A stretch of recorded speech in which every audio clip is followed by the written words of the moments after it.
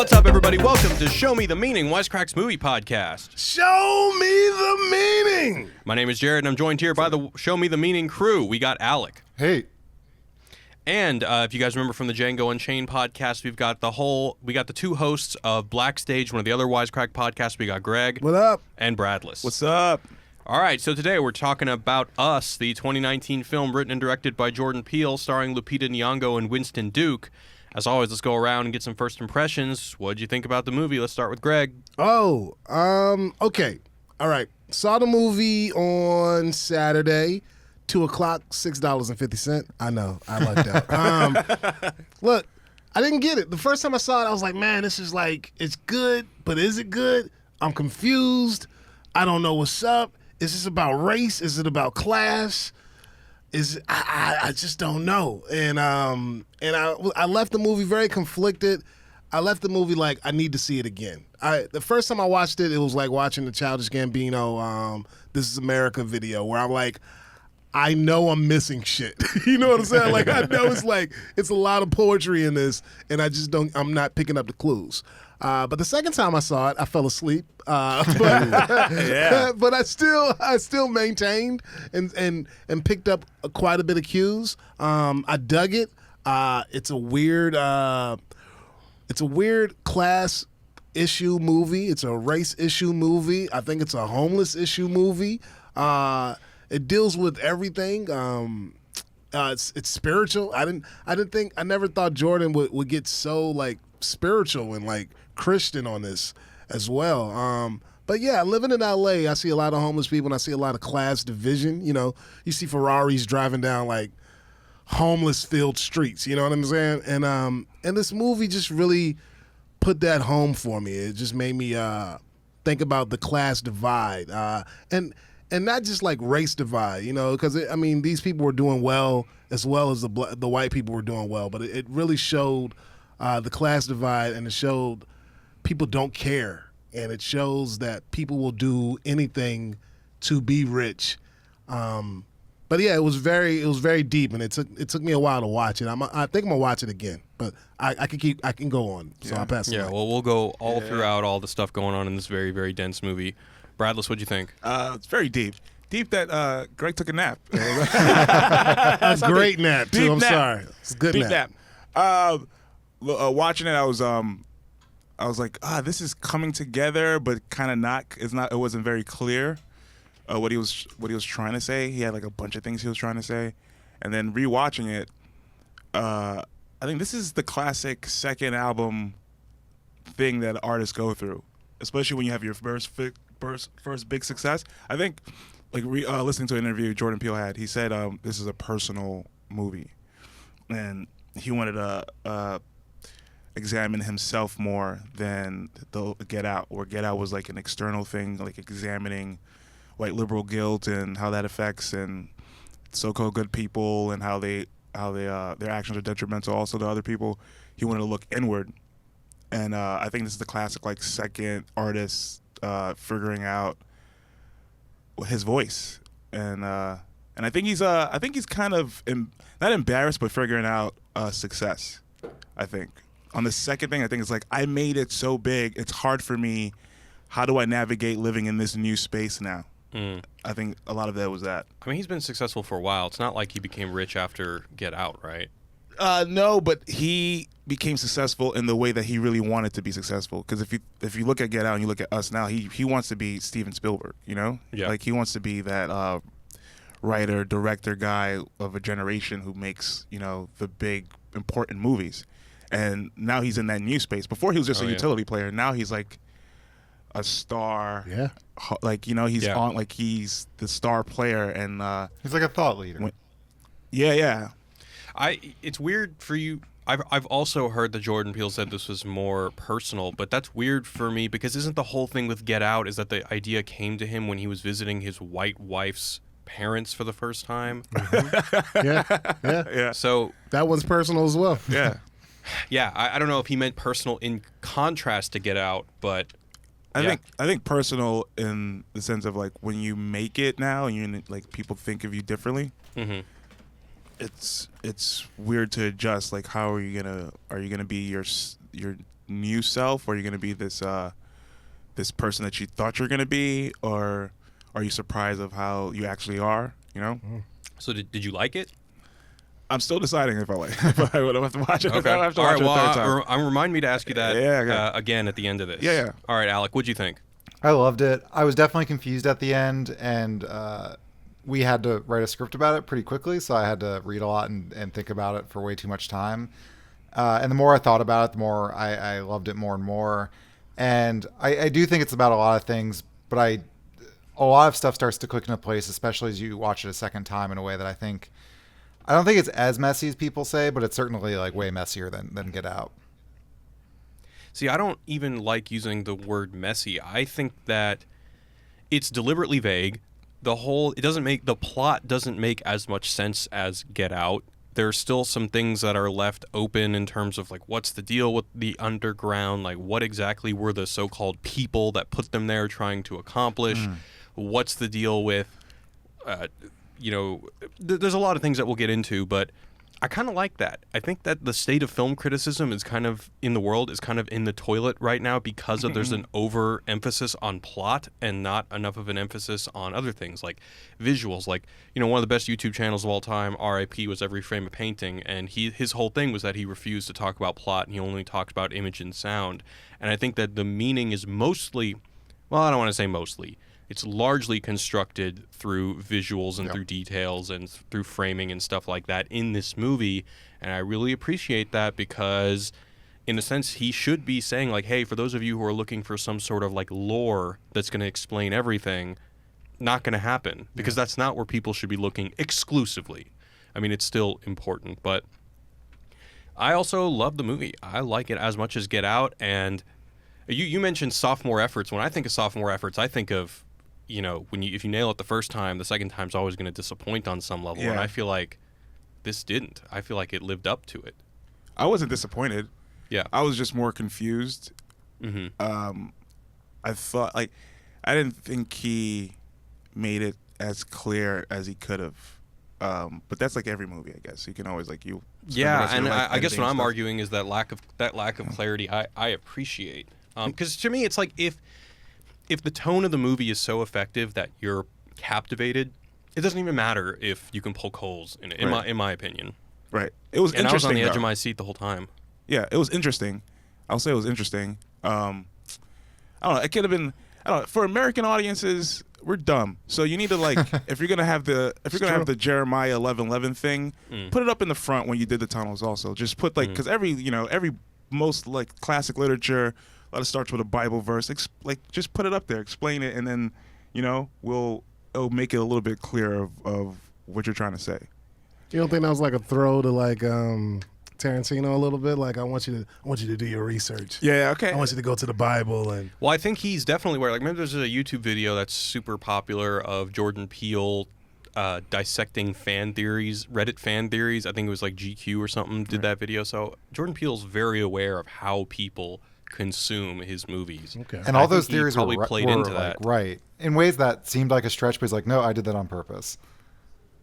Yeah, and this movie is super dense, and there's so many details that you could just see he did on purpose. I mean, Jordan's a genius. He's the new Woody Allen. Started off as a jokester and then changed everyone's view of him, started making really profound Academy Award-winning films. And it must be weird. As a comedian, to do all of this, and for this movie I saw on Twitter, it's like the biggest grossing opening of horror movie or something right now. $88 million. That's huge, man. It's kind of scary. I mean, I'm just making a horror movie, but that type of fame right now. He's on the top. Oh my God. Yeah, man. Yeah. Now you can make. I like the fact that he gets a chance to make more movies. Oh yeah. After this, would be okay. Now we really want he's doing Twilight.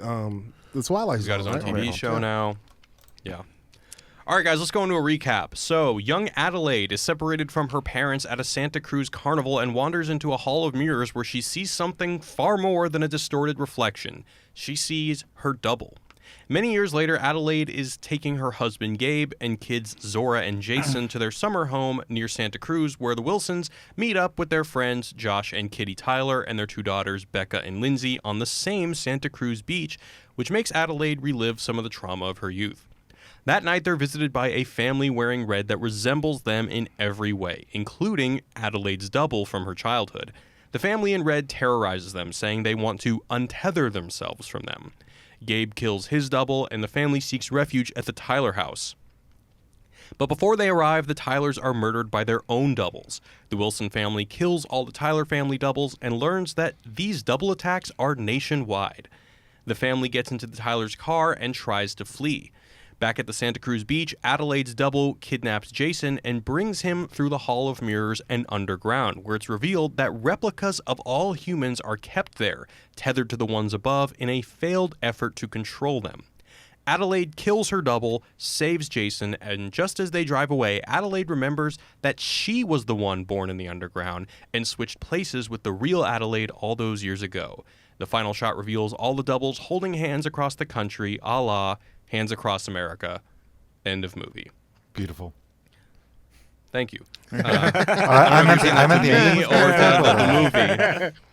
All right, so I'm just going to go with what I think Basically, I think this movie, if you're going to break down the meaning of it, it's that through a variety of things, mostly duality, doubling, symmetry, and mirrors, are essentially being used to draw this distinction between the haves and the have-nots, and suggesting that they're ultimately the same. The only thing that distinguishes a rich person from a poor person is the circumstances they grew up in, hyperbolized by the real Adelaide growing up in the tunnels and double Adelaide growing up in an upwardly mobile family. And I think this is essentially the message of the movie. And I want to go through all of the doubling techniques, or at least as many as we can think of from the 1 or 2 times that we've seen this movie, because I think that this is a movie that once it comes out on DVD will have a whole bunch of other stuff to say, because it's so dense. And hats off to Jordan Peele for, I can't believe did he write this in less than a year? It's much amazing. work, man. So much work, so much meticulous work. He's so fucking talented. I wouldn't have guessed from watching Key and Peele that he had this in him. I wouldn't either. I wouldn't have. I think you would. He was funny, Right. and I knew they both were funny, but not this depth, man. There's a sketch where they play Holocaust survivors hiding out from, like, they play black Holocaust survivors, and what's his name from Modern Family plays this Nazi hunter guy looking for them, and there's a tone in there that's very dark where you go, oh, there's when you watch Get Out and you watch this, you're like, oh, there was glimmers there before. That tone of like this impending, something's not right here, but there was always a joke 30 seconds later. But now he just stretched that tone into a movie. I saw a clip of Jordan Peele on, Mad TV? Yeah. And it's just so wild watching him just be super loud and bombastic, and then see him at South by Southwest with a suit and tie looking like he's Steven Spielberg or something like that. Yeah. All right, so first thing, let's talk about rabbits. So at the beginning, Lupita's character has a stuffed animal bunny when she's watching the Hands Across America video. There's also that same soft stuffed animal bunny Adelaide finds in the summer home versus a bunny that has to be eaten by the people underground to sustain themselves. So I think we have, once again, that doubling, but the have-nots have it much worse. There's also Zora has a rabbit shirt. Alec, were you able to derive any meaning out of that? I think it is just meant to juxtapose. I think there's a lot of like the imagery we see associated with the underworld we see in sort of the upper classes, but not shitty, if that makes sense. Yeah, that makes sense. A good example of this, I'm still thinking about Jason's mask, but I think if anything, it's like, oh, like he's a well-to-do kid who gets to pretend to be a monster versus the actual monsters who are just always monsters. They don't get to put on or off a mask. Yeah. I got that. Are we supposed to believe that... Okay, well, I have a couple questions about the kid. One, what is the magic trick? Have you ever seen one? Fucking know. The thing in his fingers? It's supposed to light something? It's just like a lighter. Yeah. Troy, the guy we went to see the movie with, who's a lawyer who really broke down the movie for us afterwards, he was saying that it was imagery too with that one, because the kid who comes from a good home is playing with a lighter, but the kid who's fucked up and is down below, he's playing with a lighter, but he actually burns himself up. Yeah. So it's just showing that It's like a double standard. your kid, your kid, who's a pyromaniac can go get therapy or something, but my kid who's a pyromaniac can burn up the house and burn his face up. Right. Yeah, I just wish maybe they made it. I guess I mean here I am saying I wish they made it clearer than I just said. But like it would be one thing if he was playing with a lighter, but it seems like it's a magic trick that I guess is meant to spark something. And he says, "Oh, this magic trick is kind of bullshit," but I didn't even know what it was. So yeah, email us movies@wisecrack.co if you know what he's doing. While we're on the subject of the kid, and you mentioned at the end when the double of the kid is standing in front of the burning car, you see him doing the snapping thing, which I know is a reference to when she's like, when they're playing I've Got Five on it. So my other question is that not the first time I saw it, I actually didn't remember the I've Got Five on it thing. I was thinking about Thriller. Because she's got that Thriller T-shirt that she wins from her dad at the beginning, and isn't it like the whole thing in Thriller is that Michael Jackson is like before they start singing, he does the snapping thing, right? And then, but I wasn't able to really come up with any other meaning of why Thriller is relevant, other than like Michael Jackson being, super upwardly mobile black man or something like that. And it's so crazy with the Michael Jackson stuff. That's see now you're going but just like with that and the movie, like he didn't know that was going to happen when he made the movie. Of course not. Yeah, it's just In an interview, it it's was like, a feeling. I got to watch the documentary because.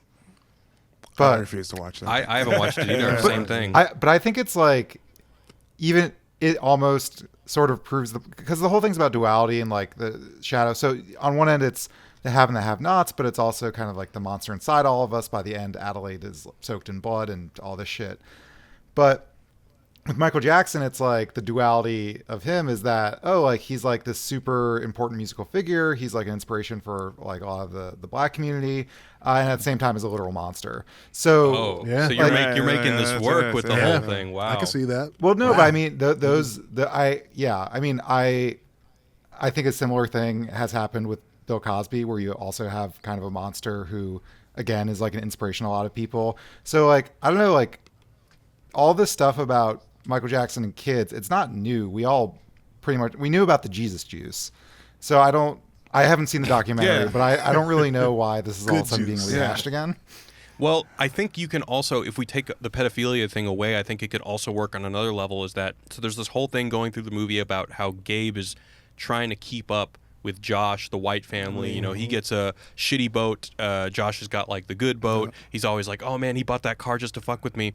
And I think, and there's also a point that Alec actually brought up in the script is that, so there's 2 points in the movie where Gabe is kind of dealing with the duality of being like an upwardly mobile black man in America. And one is when they're singing I've Got Five on it, and he tries to tell his kids that it's not about drugs. Because like on one hand, he wants to celebrate, the cool stuff about black culture. On the other hand, he doesn't want the kid to, yeah. And the other one is when the family, the doubles first show up, and he all of a sudden like code switches to start talking. We were talking about that. Yeah, we were talking about that when he switches to. That's another thing Jordan Peele had to deal with probably his whole life. Yeah, being like a half white, half black guy. But the reason this ties back to Michael Jackson is because wasn't the whole like before the pedophilia scandal, the whole thing in the early 2000s and the 90s was that this upwardly mobile black man tried to dye his skin to be white. Yeah, but he had a condition, right? Yeah, well, that's what they. Yeah, that's what they. I actually don't know how true that is. Yeah, we don't. No one knows anything really about his medical history. Here's something that just dawned on me. I think when she's explaining how she left and she's following the dad in the underground, and the dad's mirroring the dad up in the amusement park, and she's wearing she's not wearing the Thriller. Yeah, she is wearing the Thriller. Yeah, t-shirt. the dad one of her. Beat up Thriller. She's wearing a messed up version of the Thriller T-shirt. I think it's this is a year before everything, the documentary and everything. I think it's the have and the have-nots. We all have something in common, and who was the most thing you have in common? Like in the '80s, Michael Jackson's Universal, right? It's true. So maybe that's the connecting line between the Michael Jackson thing. It's like, all right, we're down here and you're up there living your best life, and we're living this horrible life out here. But you know what's cool? Michael fucking Jackson.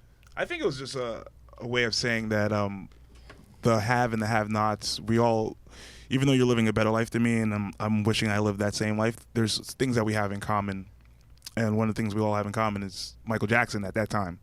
So, and especially when she's retelling the story and she's following the dad, and they're doing the whole sequence of everyone mirroring everybody from in the amusement park downstairs, in the tunnels.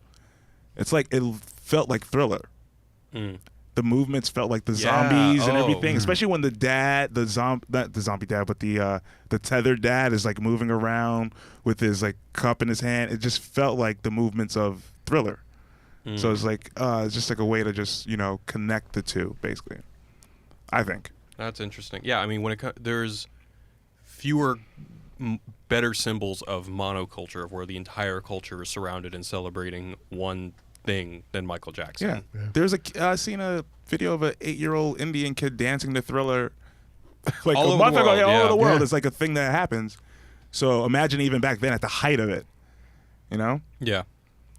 All right, next thing up, levels. So obviously, doubling, there are two societies, the underground and the above ground, the haves and the have-nots.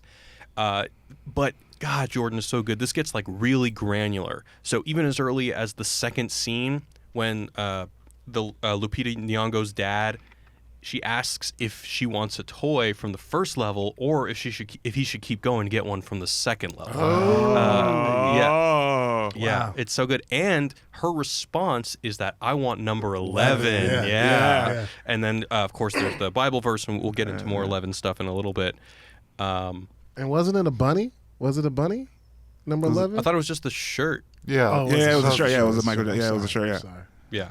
And then I also like in that scene how similar to how Kitty says, "Oh, I could have been an actress." The dad is saying something like, "Oh, I could have gone pro. I could have been a pro baseball player," and stuff like that. This whole above ground, below ground, have-nots doubling thing kind of reminded me of. There's a lot of similarities between this movie and The Dark Knight Rises, which is weird to say, but in that movie, there's the above ground, the below ground, the have-nots. There's Bane and Batman. Bane was born in a hell below ground. Bruce was born in privilege above ground. And then The Dark Knight Rises is based on A Tale of Two Cities, where Carton and Darnay are nearly identical, and we see the twins later in the movie as more doubling. So I don't think that he was watching The Dark Knight Rises and taking notes by any means, but it was just something that I found interesting. Do you think he was taking notes from Trading Places? Isn't that the same? We were just talking about that. Right. Yeah, we were. Yeah. What? I haven't Wow. seen that one as recently as Coming to America. Well, it isn't the whole premise that Eddie Murphy's homeless and becomes like a rich banker because he's surrounded by money, and the other guy goes crazy. You're right. It's true. Right. But we don't get to see Adelaide's development. We just flash, but she's just an adult after, Yeah, sure. So we don't really get to see the rise of her. I think that would have been interesting to see how she put on this new suit. She's like living underground this whole time, and now she's like taking ballet lessons. Yeah. That's a shock. Yeah, no wonder she couldn't speak for so long. Right. Yeah. I did like it at the end though when she started like doing those voices, doing like the underground type voices when she's killing her. Oh yeah. Right. Right, and that's more to the point of the movie saying that it doesn't matter where you come from. There's nothing. People who are successful, people who are upwardly mobile, it has nothing to do with. I mean, in an exacerbated way, it has nothing to do with their abilities. Of course, you throw a lot of grains of salt at that, but it is that it's just about your circumstances. Yeah. If she was brought up, whether it was underground Adelaide or above ground Adelaide, if you're brought up into that family, you're going to find a certain level of success. Right. I have a question about a weirdly specific thing, but at the beginning, do you feel like we mostly don't see we do see the parents' faces, but we mostly see the backs of their head, and it seems maybe intentional. And even in the therapy office, the angle is sort of towards the back of their head, and they like turn around briefly. Did anyone notice that? In the therapy office. Because it's from the point of view of young Adelaide. Oh yeah, you're right. Yeah. I mean, I like that all of the camera angles are from the perspective just vertically from the little girl, as far as not showing their faces. It's not that they don't show their interesting. faces; it's mostly on the back of their heads. I think you see the dad's face a little bit, but I don't think you see the mom's face at all. Right. She turns a little bit, but it is focused on the back of their heads. Yeah. Just like that picture Jason drew. I do love. Ah. I do love the like how, as when she's growing up, the parents are definitely not getting along. They're fighting all the time, and I do love the juxtaposition between growing up out of LA, how she presumably grew up, and how she's raising her family now. Because everyone's close, even when like we see when in times of crisis, they band together. Mm-hmm. Whereas I don't think if that same thing happened to young Adelaide's family, I don't think that would have happened. The whole fighting is about protecting her too, which I think is interesting if you think about like class in that, not that they're helicopter parents, but it's parents being like, she can't ride on this ride because she's too short. You have to watch her so she doesn't wander off and get lost and all these things. Where meanwhile, fast forward, you've got a kid playing with fire who burns his face off. So I think there's something intentional there. You know, you just mentioned, you made me think about how, yeah, her parents are always fighting. And then one thing that I wasn't really able to ascribe meaning to, but the Tylers, Kitty and Josh, they like seem to fucking hate each other. Right, yeah. Yeah. Like they love hating each other. But even Kitty says at one point, I've fantasized about murdering him, and there doesn't seem to be it's like 25% a joke, you know? I don't know if there's anything there, but I found that to be, made me think. I don't know what to think Ooh, about I just thought about that scene when he plays the Beach Boys and then fuck the police. Both bands from That California. reality and the different levels. Yeah, two bands from California, but very different levels. Californias. Yeah, right, that's right. that's deep. Right? I don't. As when she's preening in front of the mirror, after like she just stops and looks in front. Is that like a Cecil B. DeMille? I'm ready for my close up homage type Ooh. of thing? Because it's she's on there Seemed for like that. for a long time. Yeah, so I think Like a little old Hollywood homage. Because there's a lot of little Easter eggs and homages that with the Jaws T-shirt on the beach, the Michael Jackson T-shirt, like the video cassettes in the beginning of there's a bunch of like little The glove. I mean, they all got Michael Jackson gloves. Well, and I think that's like a real homage to Freddie. Yeah, with the knife. I was actually going to Yeah. add, like, that's the one thing in the movie that's deliberately asymmetrical because they only have one glove on. I didn't really get that. Alec, I know we brought it up in our video, but That's what the do you think Thriller about outfit, that? right? Yeah, it's the Oh. red, but it is a homage to Freddie as well. The color of the glove with the Right. with the scissors. It's Freddie. Right. Is it because we're meant to believe that the Adelaide that got switched only she Yeah, remembers the remembers, yeah. VHS That's tapes right, that she yeah. watched as a kid? Yeah. Okay, I get it. Was Freddie one of the tapes? Was Friday the 13th one of the? That's Jason, but was On the first Nightmare on Elm first Street. scene? Yeah. I think so, right? Because I know there's one. There's Chud. There's Chud, which is like a movie about Mole people. some. Yeah, like underground. Yeah, Yeah. all that stuff. And then there was Jaws, right? On the one of the VHS. It was so fast. It It was was so so many, blurry yeah. too. And the It's hard for me Goonies. to The see Goonies it. is one. Okay. Well, the Goonies is about a bunch of poor kids trying to save their community from being Taken away. taken away. right. Yeah. And they also go underground. And they also go underground. That's right. Okay, so other doubling stuff. Scissors. The scissors is two symmetrical blades bound together. Okay, so we already talked about Thriller. So let's talk about more symmetry. So we already mentioned that she wants toy number 11. 11 not only is a reference to Jeremiah 11:11, but 11 is also symmetrical. Then we see 11:11 on a clock when it's bedtime. Alec, do you have the Jeremiah quote written down? I don't have it written down, but I was just rewatching some of it, and while Gabe is watching some sports game, the score is 11-11, and you see Oh. Adelaide kind of hear it in the background and like get a little even more nervous. You like if you didn't hear it, you just be like, oh, she's nervous because she knows what's gonna fucking happen. So there's that, and then 11:11 is also on an ambulance later. But Jeremiah 11:11 is, I think Jeremiah's a prophet, and God is mad that the Jews are fucking around. They're doing their old like worshiping idol shit that he thought they cut off a while ago, and pretty much says that he's gonna rain hell upon them. And when they say they're sorry for being assholes, he is not gonna listen to them and just keep torturing them.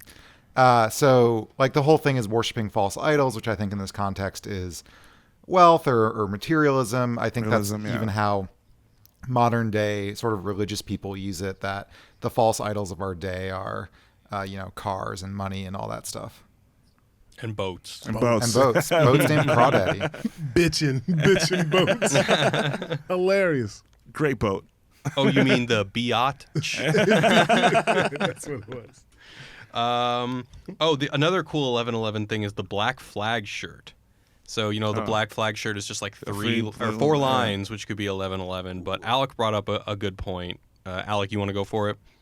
The black flag is kind of 4 lines, but also there's 4 family members, and this might be a stretch, but Gabe says he's going to get 4 fishing poles so they can all go fishing, and that's 4 other. Ooh. That one might be a stretch, but I don't doubt it. But the cool thing about the black flag shirt is a different black flag. Black flag. Let me take that again. The cool thing about the black flag shirt is that in the first scene in 1986, there's a carny that is wearing one of their specific albums. It's like a puppet holding a knife.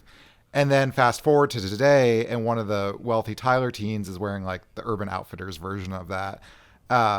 So it's kind of like another duality across time of like past and present where, Black Flag was a punk band. Punk is very sort of in its origins working class. It's just a very working class sort of identity that has since become many other things. And now it's just a way for people to tell others that they're edgy, which is sad. But that's how the world works. So, yep. Yeah. Did I get everything you were talking about, Jared? Yeah, basically how the anti-establishment message is just adopted by one of the twins. Yeah, she's like a Hot Topic kid. Yeah, a Hot Topic kid whose family is very wealthy, has a really nice beach house, has a nice car, and that they're not raging against the machine, as it were. It's my favorite pastime. All right, so we talked about the boat and the car. So Gabe, he gets a boat to keep up with the wealthier Josh. Josh calls Gabe's boat dingy. Josh's boat is nicer. There's a part in the movie where Gabe says, "You saw that car, right? He had to get it just to fuck with me too." So more to the Jeremiah point about him having, even Gabe, who is trying to keep up with the Joneses by worshiping all these things that are going to make him seem as successful as Josh. They later take Josh's car after they're escaping from their house. They're like, "Oh, I think the kids are even like, does that mean we can take their car?" Finally. Gabe got super happy. He starts driving the car. And I think the keeping up with the Joneses thing is literally what's happening with Gabe, but in a very perverse, distorted way, what the doppelgangers are doing, because whenever they kill you, they take your shit. Like, they take Gabe's glasses before they're about to kill him. They put on Tim Heidecker's bathrobe. Always like a token of at the end when Adelaide kills Red, she takes her necklace as like one last thing that has to. So it's almost like, I want your shit, I'm going to murder you so then I can hold hands across America or something. Right. So we'd like to think that the doppelgangers, they're the ones that take your shit after you die, but then we're always shown that no, us, quote unquote, also does it. Right. I also like how the boat's used. So he's using the boat. It's like, all right, my boy got a boat. I'm gonna get I can't get a big as boat as he does, but I'm gonna get a boat that's gonna I like for my family, and I'm gonna keep up with the Joneses that way. But I also love, maybe there's a message in how when the doppelganger's on top of him and he hits his head on the motor and the motor starts going, and then that gets the doppelganger off of him. It's kind of like, even if you think that other thing is better, the thing that you have is also good. It can save your life. You know what I mean? Yeah. You should be happy with what you have. So I think that's like maybe a message in that point. I also think there's kind of this, and this also happens between Gabe and, is it Josh Tyler? Yeah. Yeah. So another thing that happens between Gabe and Josh is that Gabe doesn't fully understand the rules. So Josh is like, "Oh, you got a boat? Did you get a life vest? Did you get this? Did you get that? Oh, you forgot the flare." And he's like, "Fuck, I didn't know that," because, unless you grew up super wealthy, we don't necessarily know their backgrounds. Like, why would you know that? Or the best example of this is, I think, when they take the hider key, the doubles, and Gabe says, "What kind of white shit is this?" Like, he didn't think of that because that is white shit that he doesn't have to think about. But the doppelgangers, who have never been around any of this shit, Like another person who would be standing there trying to murder Gabe would realize that like, oh, I'm right next to the propeller and it could turn on. That's dangerous. But he doesn't know how boats work because he lived in the underground. So like that's what kills him. And I think there's like other examples of that where the inability to navigate what is like sort of common knowledge if you're a wealthy person is what gets people killed. More to what Bradlys just said about how the thing that you have is what's going to save your life. When they're at the Tyler's house, Gabe flees to the boat, and then he actually takes the flare gun and shoots it at the dude, but it doesn't do anything. Yeah, it doesn't work. Yeah.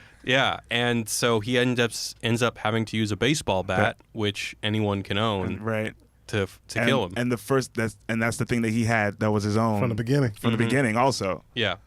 So that's like, yeah. Damn, Jordan. Dude, he's like, damn, Jordan. Damn. So detail-oriented, dude. Yeah, I like the movie. Oh, so you're liking it now. Yeah, I'm liking the movie. Last time we did this, remember, Greg, we did Incredibles 2, and the more we're breaking it down, you were like, I don't like the movie anymore. I just didn't, because, I mean, I watched Incredibles 2 recently, too, and I was like, they just made the animation so political.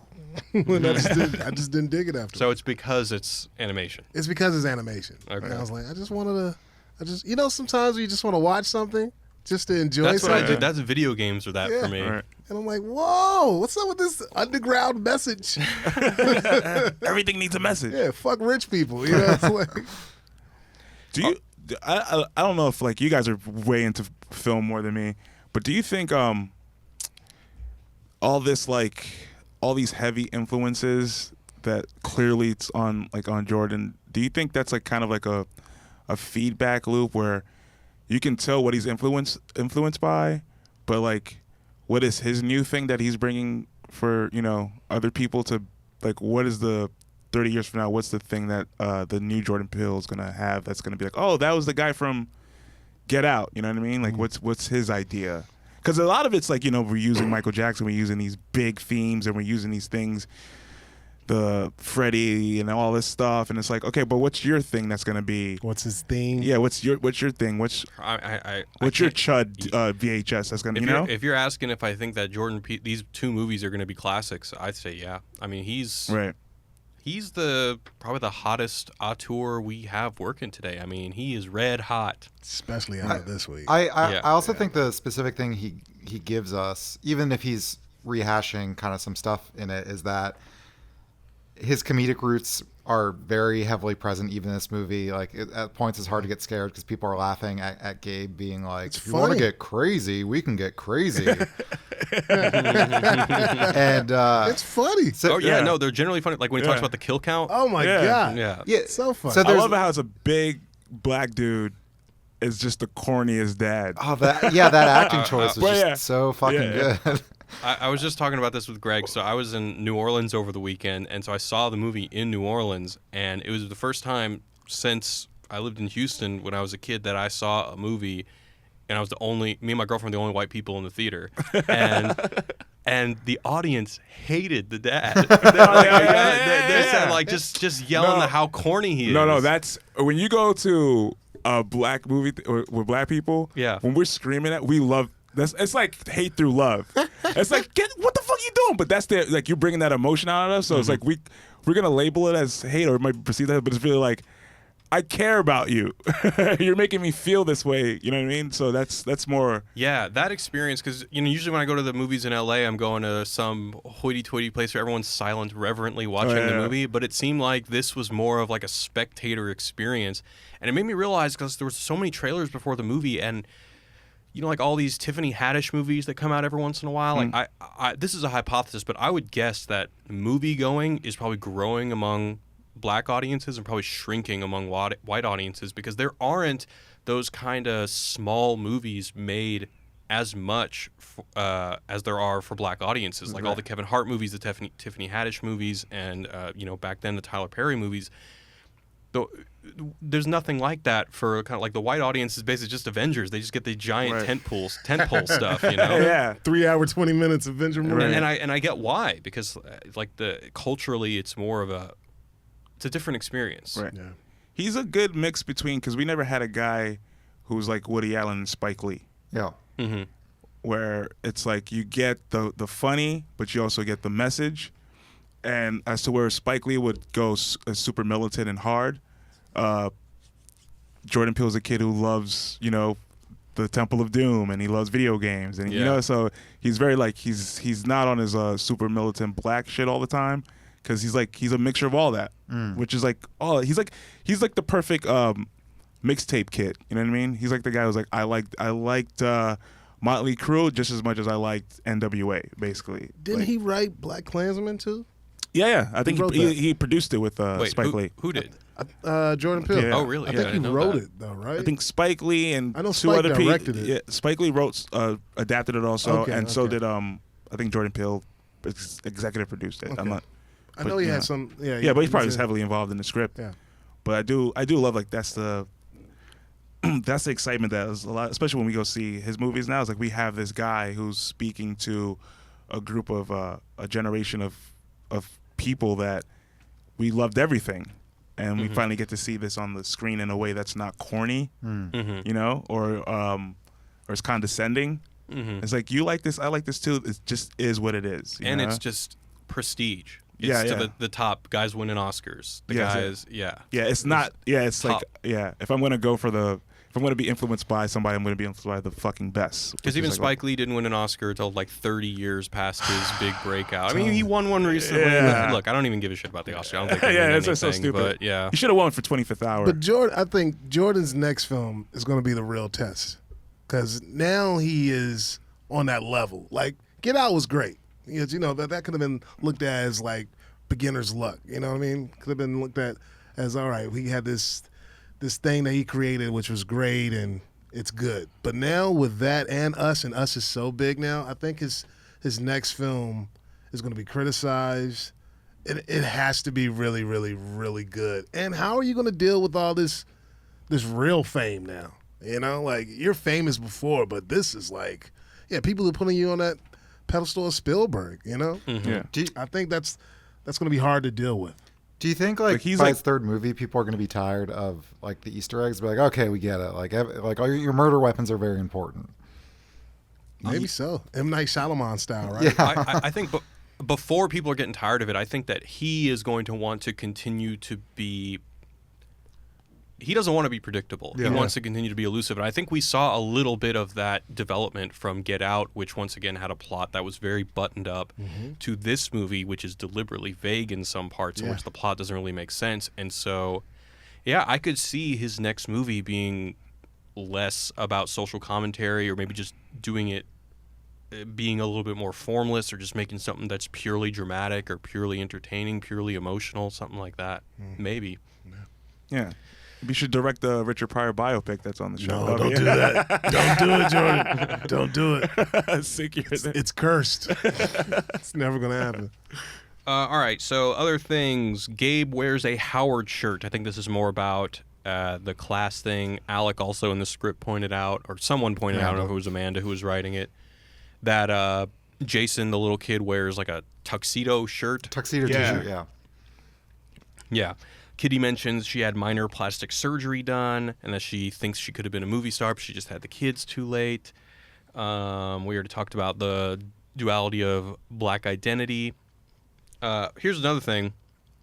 So Adelaide is wearing the real, or I was going to get this confused. The one who we think is the real one, the main character, Right. is wearing a white outfit, but by the end it's stained to where it's almost entirely red, as if to draw more of a parallel that, hey, there's really not a division between us and them, because for all the reasons that we mentioned before, but also visually suggesting that she's much more similar to the underground one.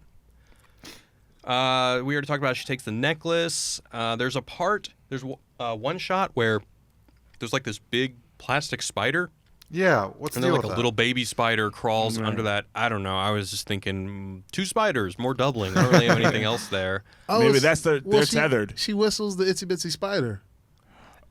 Oh, yeah.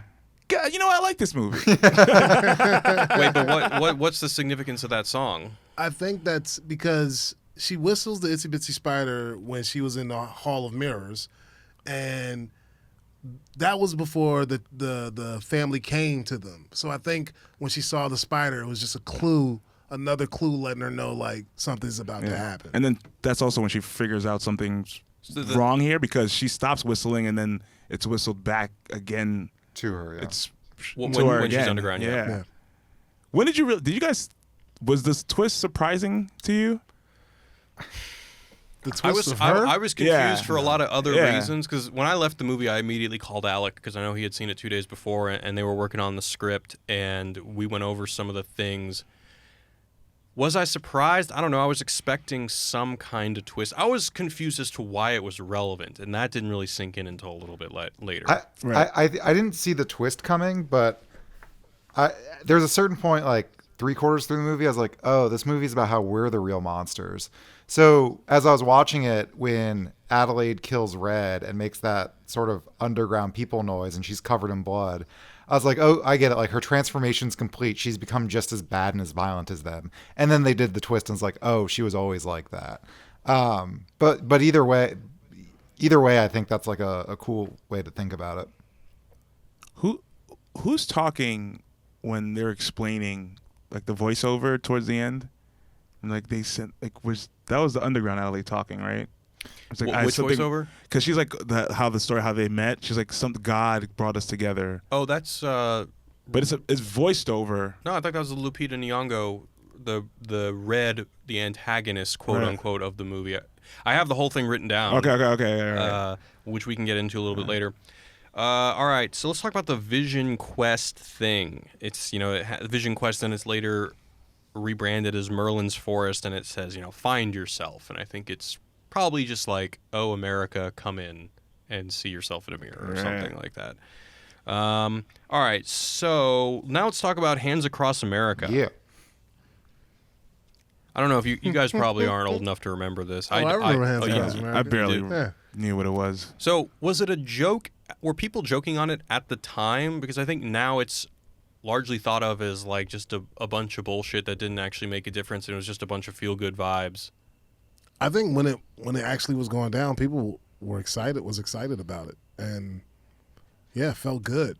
Almost like you ever seen Ghostbusters when Stay Puft Marshmallow Man is walking through and all the New Yorkers are like, yeah, you get that good feeling. It was like that, but very shortly afterwards, everybody thought it was just a Because something joke. like less than half the money actually went to poor people. Yeah. Yeah. Yeah. And you got the context. Sorry, I'll go. Oh, so there's also just like a wave of these things. There's Live Aid, We Are the World, and I think my guess is people just got kind of disillusioned with it all, maybe. Well, yeah, because around that time, you're like in the thick of the 80s. Everyone's making money. Everyone's all about greed is good, right? As Gordon Gekko said. And all those little things, Live Aid, Hands Across America, I think there was a reaction to a lot of people feeling bad about what happened to their ideals. Because 20 years before, a lot of those people were Hippies. at Woodstock or whatever your Woodstock was, you know what I mean? Yeah. Yeah, smoking dope or whatever the Free love. Yeah, I'm just generalizing, but they had a different thought process, and then you switch over 20 years and you're like, fuck it, I got to pay this damn mortgage, and you know what? I like skiing, and I like this suit, and I like to do cocaine on the weekends, but fuck, I still feel guilty because I had these ideals. Fuck it, I'll do Hands Across America. You know what I mean? It's like a pat on the Fuck back. Yeah. It is a way for I'll you get to my favorite rock keep all stars your money. to support farmers. Yeah, I'll get my favorite rock stars to support farmers, and then 30 years later we're still subsidizing farmers. You know what I mean? Yeah. So it doesn't. So it's kind of like a reaction to feeling bad of what the gluttony and the excess of America at that time. So when Gabe says in the movie, he says, looks like some kind of fucked up performance art. That's apt, right? Because that's actually what's going on, is that Adelaide, or I'm sorry, Red, whatever the underground one is, the quote-unquote antagonist of the movie, is doing this because she wants to make some sort of like, hey, remember the have-nots statement. Am I missing anything there, Alec? Well, I think it's even more kind of radical than that. And I think, sort of to Bradlys's point about the charity, there's this philosopher we like to talk about, Slavoj Žižek, who makes the point, I forget if it's George Soros or Warren Buffett, but he's like, during the day he steals all your money. He's just like exploiting everyone and like doing all this fucked up shit, and then he has this big pile of money, and at night like he just gives a little bit back, and everyone's like, oh, what a hero, like giving away all this money. and specifically Hands Across America, it was, I think the donation you were asked to give was like $10, and donating money's good, fine, whatever, but if you're sitting in your beach house in your Santa Cruz with all this shit, and you're like, yeah, I gave my $10 for the year, like I'm good, like I'm not a part of this problem, like it's kind of fucked up. So for me, it's like, it is this perverse, almost like revolution, like the whole system is fucked up. So like, what is the mission to abolish poverty of Hands Across America actually look like? Well, it means like essentially burning everything down and murdering everyone. Like it's the true radical completion of the dream of Hands Across America, is to finally have the have-nots. They finally have. They're dressed up in these people's shit. They're holding hands across America, and they will never sit in a dank basement ever again. But the price of that was for all the wealthy people to die. Kill your masters, guys. Is there any relevance to the candied apple that she has when she's a kid? I wasn't able to think of anything. Me neither. Wasn't there like a Stephen King, Steven Spielberg, something, kid with a red lollipop, something? No? E.T.? Not that E.T. I with know. maybe the red balloon. I'm thinking of the balloon in it. The thing that I noticed, which is like a totally fat kid comment, is she didn't eat it before she dropped it on the ground. It's a fucking waste of a candy apple. Yeah, I was.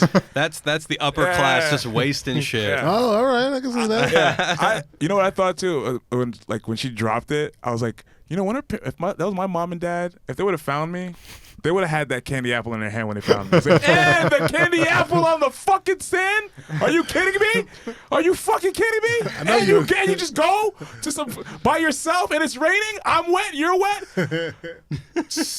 The fuck is this? Yeah, she grew up well-to-do. All right, now I got some questions that are actually. I know that we already said that some of the plot is deliberately vague, but I want to see if we can reason a little bit more, get a little bit more out of it.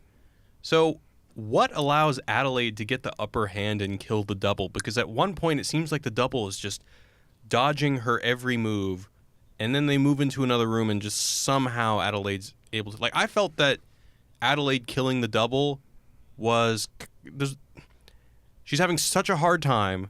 The double is seemingly playing with her and just cutting her a little bit here and there, and then something happens and she just wins. And I was, why? I think I know why. Do you guys know why? Did she give up?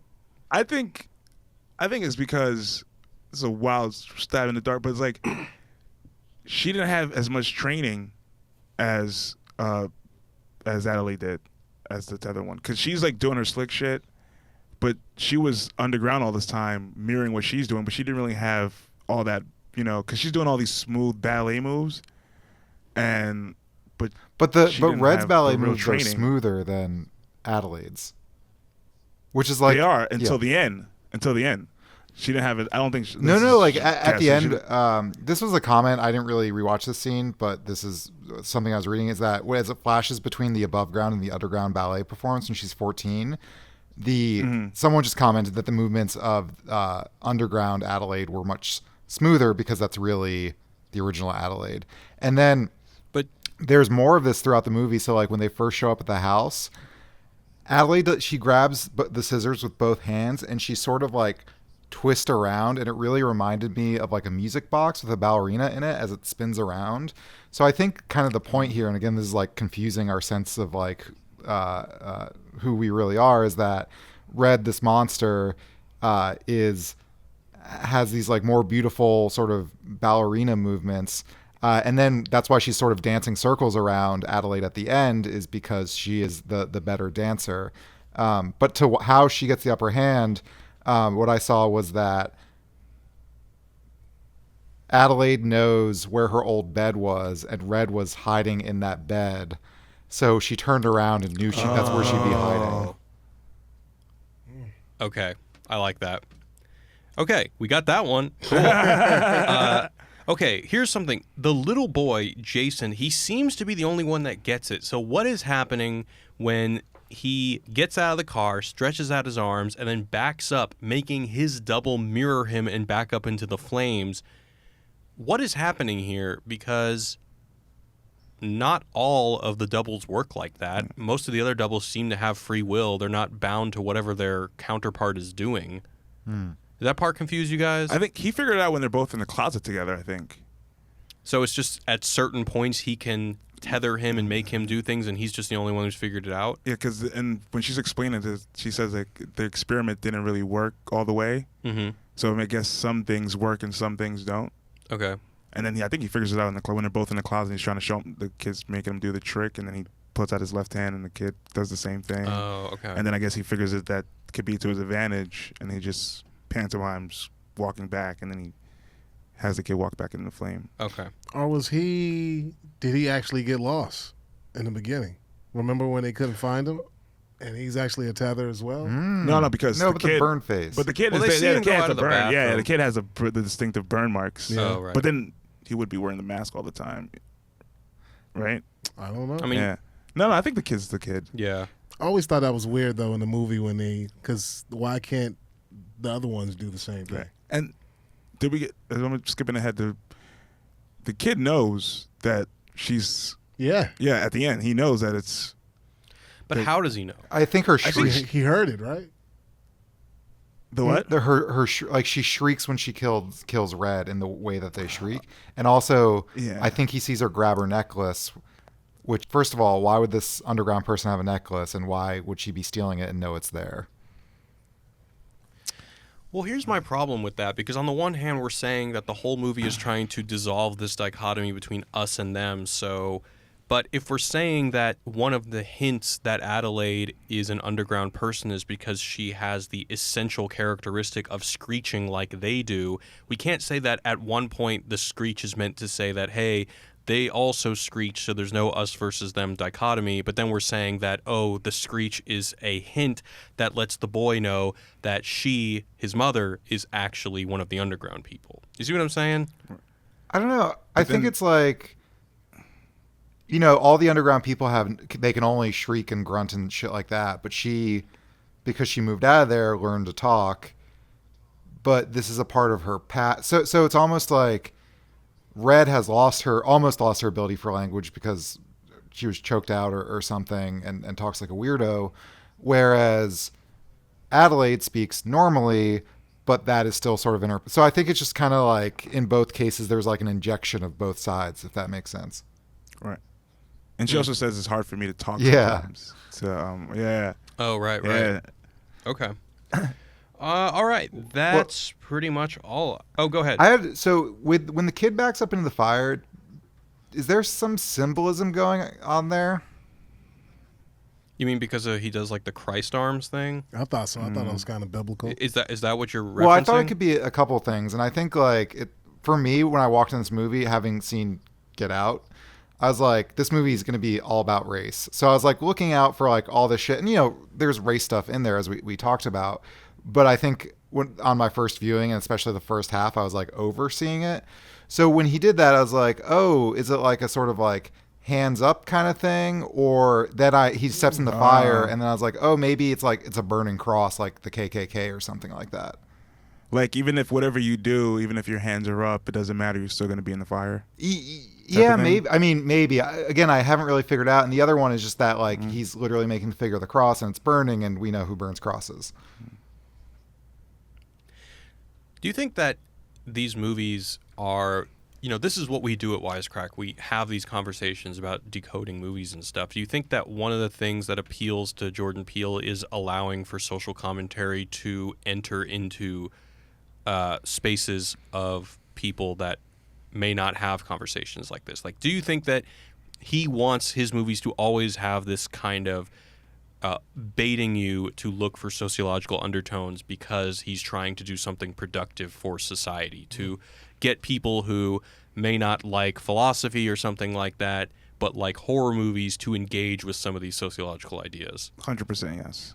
I hope so. Yeah. I hope that's his goal. I think that's this what is he's doing. I think this is his goal right now. Yeah. For this to happen. Which Yeah, is yeah. dope. Oh, one other thing I want to mention. So when they're re-entering the Santa Cruz beach, there's an awesome shot where the family is walking toward the shore, but they're casting these long shadows. So it's like the shadow that the double speaks of, but also the doubling, the other, the kind of dark side of us all.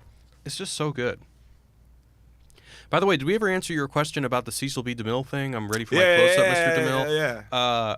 So I think I think that's apt because she talks about how she wants to be a movie star. Yep. But it's also that she had like the plastic surgery. So I feel like the double is kind of like awkwardly like, oh, I want to be beautiful, just like the upper class version of myself who gets plastic surgery and has all this makeup on, but also like she starts cutting her face because she doesn't quite understand the concept of plastic surgery. Well, that's where Kitty got her injections, I think, because she kind of points to it earlier, and then she's stabbing that kind of exact place. Yeah. So could it be like that? That was like, I want to be just as beautiful as the real Kitty, or is it's it like putting sharp things is something it's fake? It's like the other Kitty does. It's like, take this out of me. This is fake, right? Or maybe It's she just just like, I want to know what it's like to be rich. Stuff. Yeah. Because she was smiling while she was doing it. All right, so I know you already said it, but just asking Bradlys again. So, what do you think about the movie? I like it now. You like it? You dig it? Just talking through with you guys, I like it. It's hella deep. Well, we got a naysayer among our ranks. Ryan sent us a voicemail. Oh, Let's see here what we Ryan go. said. What up, Wisecrack? It's Ryan. I saw Us last week, and I don't like it. I like Get Out a lot more. This was like Get Out was a story told really well, and all the social commentary was kind of in the background. It worked as a high-concept movie on its own. This is just like he's like, I want to put some weird American imagery that really doesn't make any sense. I defy you to tell me what this means. I hope he listens. And then he's just going to build a stupid plot around it. So basically, the plot and the story mechanics I really hate. I like the horror elements. I like the humor. I like all the performances. I really like everything, a lot about the movie, except the point of it, I guess, or what's happening with the fucking clones that don't make any sense. Basically, the only messages out of the movie are if there's an us, there's a them. So I guess like xenophobia, but the xenophobia, the others are us too. So whatever. And then there's people have a dark side. Whoop-de-doo. Anyway, didn't really like it. I really hope it makes another good movie like Get Out. Bye. He has to watch it again. He has to watch it again. He has to listen to this podcast. Yeah. I felt a lot like that after I watched it the first time too. I was like, "What the fuck is going on?" Well, he told me that he thought the plot was just unbelievable, but I was like, because I talked to him a little bit today, I was like, yeah, but is it really more unbelievable than white people putting their brains in black people's bodies? I mean, that's. But that plot was just clearer. Yeah. The way he did this was just muddier, and you had to really, feed through it. True that. Anything else you guys want to bring up before we head to the mailbag? No, I want to know what's next. I want to know what the next thing is going to be. Congratulations. I hope that the Twilight Zone project doesn't keep him off movies for a couple of years because he's still so good I'm at so it. excited. I think he about loves that. making movies. Yeah, it's going to be good. It's going to be way better than Black Mirror. It's gonna be awesome. Shout out to Chelsea Peretti. Get pregnant again. That's what. Yeah. Right. Yeah. Right. Totally. She does. All right. Get some twins. Yeah. We're going to go into the mailbag. So first we're going to start with our voicemails. You can send us a voicemail at 213-534-8807. I hope I'm getting that right. Or 21-ELFGUT07. So last week we talked about The Inventor, the Theranos documentary. We got a message from Kyle. Go, Kyle.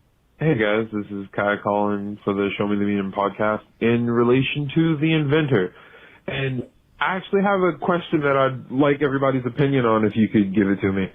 What do you think the correlation between characters like Billy McFarland and Elizabeth Holmes are in relation to the hustle culture that we saw in Fire Festival?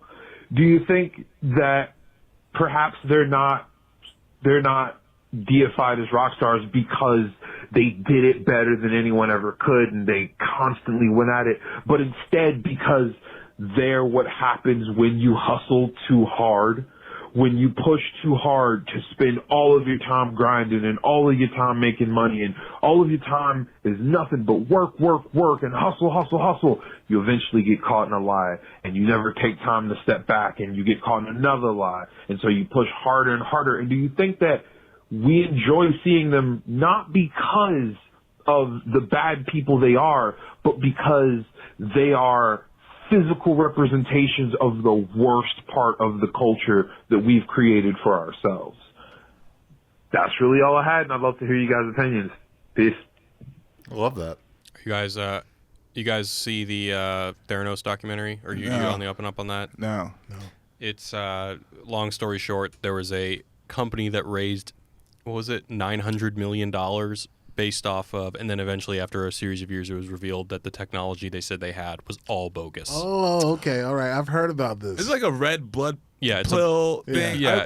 I read a Time magazine article about that like 10 years ago. Like, no, it was way more recent. She's still on trial. This is, I think, my concept of time is anyway, I think that there's a thing in Silicon Valley and most business cultures of fake it till you make it, and I think that we like seeing when that goes just too far and you fake it too much and just land flat on your face. I don't know, Alec, what do you think? Yeah, I mean, we were having a similar conversation, and I think this voicemail gets to the heart of it, that Martin Shkreli, Billy McFarland, Elizabeth Holmes, I also forget her name, but there's like the socialite who lied about having like a trust fund and whatever. And they're all a little bit different, but I think when we see these people do like the most exaggerated version of things we already hate. So like for Billy McFarland or Elizabeth Holmes, they're like hustling, but a exaggerated form that it's criminal. And because we already hate it, it's just like an easier to hate version of the thing we already didn't dislike. And the great example is Martin Shkreli. It's like, we all know pharmaceutical companies are charging people way too much money for drugs and people aren't getting access to shit they need. And he just had the balls to take that logic to the extreme and is like, fuck it. Like this AIDS medication that people need, it's 5,000 times the price. And like, yeah. And for that reason, he is like a weird cult figure. Yeah, Alec and I are currently trying to crack an angle on a video that's talking about how these criminals change, because there are those bootleggers who were like national heroes during Prohibition and stuff like that. And I think part of that reason was probably because people thought that the law was unjust. In this case, I think to Alec's point, and I brought this up a little bit on the podcast, but that they're almost like these cultural whistleblowers. Like, yeah, Martin Shkreli doing something that big companies do all the time, but he's doing it to such an insane extent that it brings attention culturally to this injustice that's happening. Same with Billy McFarland. The whole Fire Festival thing is such an insane failure that it brings attention to the fact that, and the same thing with Elizabeth Holmes, that Silicon Valley is this cult where if you say something's not possible, then you're just out because you don't see vision or you're not a believer or whatever. Yeah. And they're not cool. They're not, you know what I'm saying? They're like the bootleggers and the gangsters, you know what I'm saying? They were like, you know, like I remember my mom was like, I was listening to The Chronic, and she's like, why do you listen to this shit, right? It's like full of drugs, talking about murdering people. And I was like, it's not my fault that shit's cool. That shit's fucking cool. Murder, whose drugs. fault is it? It's not my fault that we love John Wayne. You know what I'm saying? We love cool, and like these guys are just. It's like your boss's boss getting in trouble for some shit that's shitty, but it's like you're not, man. You're not. You I don't know. know. What I'm saying? It's the like Elizabeth Holmes thing is kind of. I mean, imagine you're a 19-year-old girl who sticks to this, who sells this idea so thoroughly that you are the next Einstein, you are the next Teller, and it's all bullshit, and you're able to get the richest people in the world to give you $900 million based on bullshit. I think that's kind of gay. I'm glad they talked about that hustle culture, though. I'm really hating hustle culture right now. Well, it's all over L.A., man. Gary V, who's the guy? You know, Gary. Oh, that fraud? Wait, who's Gary Just V? can't stand it, man. Gary V is like this dude from New York who just talks about hustling. You gotta wake up in the morning. If you got sneakers laying around, you need to sell your sneakers, eBay. He's this dude. If you type in Gary, I forget his last name, Vaynerchuk or Vaynerchuk, something like that. But he's like, he's the Michael Jordan of hustle culture right now, and Selling you hustle. It's just it's sad. It makes people kill themselves for nothing, for money, and it's just like worshiping money, and not even the art. It's about worshiping money. If anyone And listening has like a boss who's really into hustle culture and like thinks you should be too, and if you're not working 24/7, but also they think they're really cool, just like leave immediately. And I want to say, Jared, I love working with you because we both know we're not cool, and that's okay. Yeah. Yeah. I think you're cool. Oh, thanks, Bradlys. Now I'm getting fired. But What is cool? What is cool? Ja Rule's pretty cool. Well, you guys are talking about the big macro, big stories, but I think the thing that hurts the most is just like, I'm sure all of us on our various social media feeds, although I know Bradlys like never checks. Good for him. Is just check like sometimes. the like our friends who are always just around the corner from their big break or their big breakthrough or this business that they're starting, and it's like in like the earliest stages, but they're hashtag making money moves, and it's just like, come on, man, stop showing off, just do it. Yeah, just look. We know you're tired. Come on, man. All right, we got another one from. Actually, let's just go into. We're going a little bit long. How are you guys on time, by the way? I gotta put some money in my meter in a bit. All right, we'll do 2 emails. All right, so we're gonna go into the emails. You can send us an email at movies@wisecrack.co. So this one is from John about Behind the Curve, the Flat Earther podcast. Yeah. You down with Flat Earth, Bradlys? No, they're idiots. Oh, come on, Brad. No, I mean, that's what I mean. All right. So he says, a few times in the documentary, people praise the flat earthers' skeptical and inquisitive minds, the most memorable instance being when a young scientist on a stage makes the point that these people were a loss to science and a failure of the education system, or something like that. Along with that came the suggestion that it is their natural inquisitiveness or curiosity that turned these people into conspiracy theorists in the first place.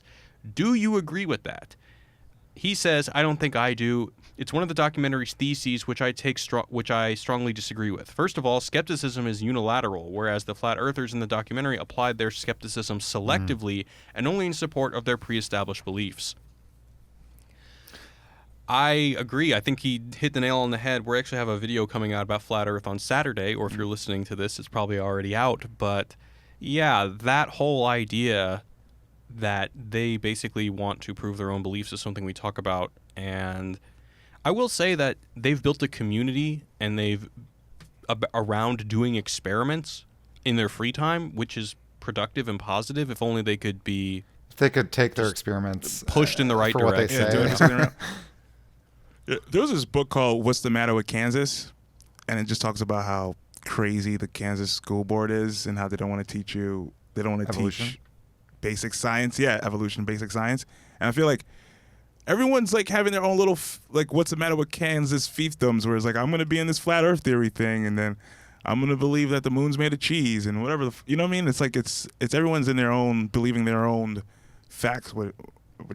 Yeah, people need a sense of community. Yeah, Yeah, and I think that That's what it is. But you Everybody know needs what? a group. On a certain level, that failure of the institutional thing is kind of true. Yeah. Because it's like if the big institutions are always fucking you and fucking up, right? It's gonna be like, then what else is not real? You know what I mean? The thing that's supposed to be real and supposed to be protecting me or making the playing field fair is now they're not even masking it on.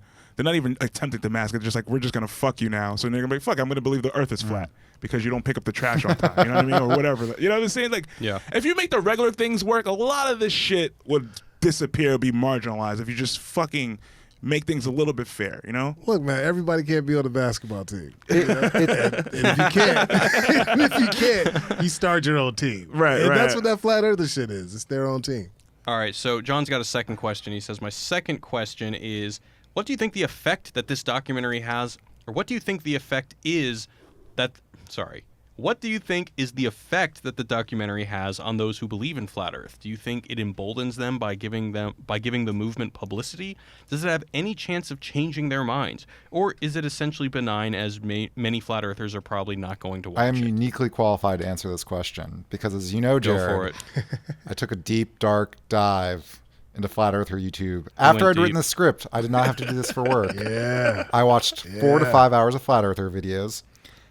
Beautiful. Oh God. Yeah, I hate Loved myself a little bit more. But Mark Sargent is like, listen, like I know they think they're kind of making us look dumb, but we got our message out there, and if people start asking, like Mark Sargent thinks he's so right that we put the little question out there, and as soon as they ask that question, even if they think we're ridiculous and they Google it, they'll find the truth. Like they'll figure out that the Earth is flat. So some of them are happy. Now the other side of flat earthers think that Mark Sargent is like an Illuminati co-conspirator, that he exists solely to make flat earthers look dumb. I've gone to the source of flat earthers, the quote unquote not dumb ones, and I assure you they're just as dumb. But you mean their president Kyrie Irving is dumb? So he's not dumb. Yeah, so the other half of people think that this is like a hit job on flat earthers, that Mark Sargent, Patricia Steere, and all these people are part of the CIA, and they're dumb on purpose, and they're out there to make flat earthers look bad, so they don't give a shit. No, it's not going to change anybody's mind. And it's like when that Going Clear documentary happened, and it's like, oh, that's going to end Scientology, and it's like you look up, they have their own TV channel. Yeah, buddy. Well, that Scientology documentary, I think the subtitle is The Prison of Belief, and I think that's what we're seeing, is it is a prison, and people, I don't know if maybe prison's the right word, because I think most people want to get out of prison, whereas these people are very comfortable in their prison. Yeah. Scientology folks, man. I look at them around LA and I'm like, God, man, that shit just looks awful. Yeah. I just see them just carrying a bunch of dollies around, wearing the same like same outfit. You just sold your soul. Yeah. So Tom Cruise can get an extra mansion. It's great. America, All right, so baby. let's do one more. Since Alec is here and he's uniquely qualified to talk about Flat Earth, let's do another Flat Earth one. This one is from another Jared, perhaps my underground double. Yeah. He says, "Good day, Jared and Wisecrack crew from..." No, he would be like, sorry, Jared. From Australia. He said, "I was listening to your Behind the Curve podcast and noticed that a lot of the institutions you were mentioning, NASA, Hollywood, the government, I would assume that means the U.S. government, are American. Watching the documentary, most of the flat earthers seem to neglect how governments of other countries are supposed to be complicit in this widespread plan to keep the world society, quote, stupid. Do you think that flat earth theory is mostly an American thing? And does it really exist outside of the social context of the U.S., or have you heard of / seen examples of non-American flat earthers?"